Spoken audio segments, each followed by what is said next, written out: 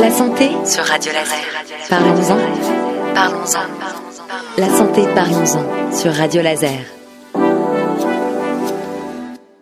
Un nouveau rendez-vous bien-être, famille et couple sur Radio Laser avec Gwen Melsquet, thérapeute de couple et spécialiste de communication non violente. Bonjour Gwen. Bonjour. Avec vous, pour ce mois de décembre, on va forcément parler de Noël et comment le passer en famille sereinement, puisqu'on le sait, c'est une source de stress, les fêtes de fin d'année, notamment Noël. Oui, effectivement, c'est une source de stress et les thérapeutes, on sait bien qu'en janvier, il y a beaucoup plus de rendez-vous pris chez les thérapeutes parce que justement, il y a eu ce trop plein d'émotions souvent négatives pendant les vacances de Noël. Oui, puisque c'est là où on peut rencontrer de la famille qu'on voit pas forcément toute l'année. C'est là aussi se concentre toute l'animosité qui a pu être emmagasinée durant la dernière partie de l'année, si je puis dire. Et puis ça coagule et ça explose souvent pendant les repas. C'est ça. Du coup, ce qui nous stresse en général, ça va être le manque de compréhension, le manque de lien,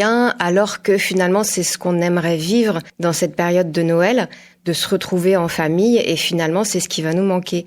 Par exemple, c'est tante Eliane qui va nous rabâcher les oreilles qu'il faut laisser pleurer le petit dernier si on veut qu'il apprenne à dormir tout seul.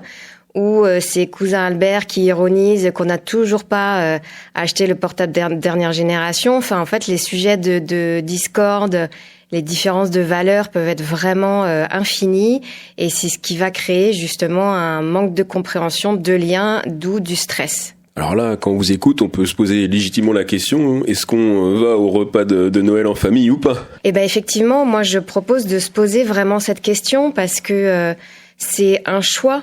C'est un choix après tout de pouvoir vivre ce moment de Noël en famille, et c'est important de se poser la question pour pas le subir. Donc soit on y va et du coup on réfléchit à pourquoi est-ce qu'on y va, soit on n'y va pas et on l'assume derrière. Gwen Melsquet, on le rappelle, vous êtes médiatrice de couple. Si on choisit d'aller au repas de Noël en famille. Si on choisit d'aller à ces repas de Noël en famille, l'important c'est d'identifier notre intention. Par exemple, le fait de garder le lien avec la famille. Pour beaucoup, c'est important, la famille. Ça peut être aussi de passer un bon moment avec telle ou telle personne de la famille qu'on voit pas souvent. Ça peut être aussi, tout simplement pour les enfants, de vivre la magie de Noël avec les enfants. Et l'idée, c'est qu'une fois qu'on a identifié cette intention, c'est de pouvoir s'y raccrocher quand ça va pas. Quand effectivement on entend des trucs là qui nous déplaisent, dans lesquels on se sent pas bien, c'est important de pouvoir se dire je suis là pour garder le lien avec ma famille, ou je suis là pour vivre la magie de Noël avec mes enfants. Et ça passe plus facilement.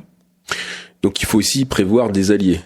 Alors effectivement, prévoir des alliés, ça peut être une bonne astuce pour, en cas de difficulté, ne pas se retrouver tout seul. Donc, par exemple, on peut demander à notre chérie ou notre cousine préférée de nous aider quand il y a un sujet qui nous déplaît, de pouvoir changer de sujet, ou alors de nous appeler dans la cuisine pour qu'on puisse échapper au sujet qui nous pose difficulté. Vous l'avez évoqué, la magie de Noël, notamment pour les enfants. Noël, c'est souvent synonyme de partage. Comment on partage ce moment si y a de l'animosité, Gwen Melsquet ? Eh bien, le partage, c'est revenir au lien qui existe entre les personnes. Et quand on a une difficulté sur un sujet qui nous pose problème, il peut être important d'imaginer quel peut être le besoin de l'autre. Et ça, c'est ce qu'on nous apprend en communication non violente, notamment la CNV. Quand l'autre nous fait telle ou telle remarque qui nous déplaît, nous demander quel est son besoin quand il nous fait cette remarque. Par exemple, si on repense à tante Eliane, est-ce que peut-être son besoin, ce serait de nous aider pour qu'on soit moins fatigué. Alors même si sa remarque est déplaisante, peut-être que son besoin, finalement, on peut le trouver plutôt sympa. Et pour cousin Albert, si on repense à cousin Albert, peut-être que son besoin, ce serait de se valoriser face à des jugements qu'il a imaginés de notre part.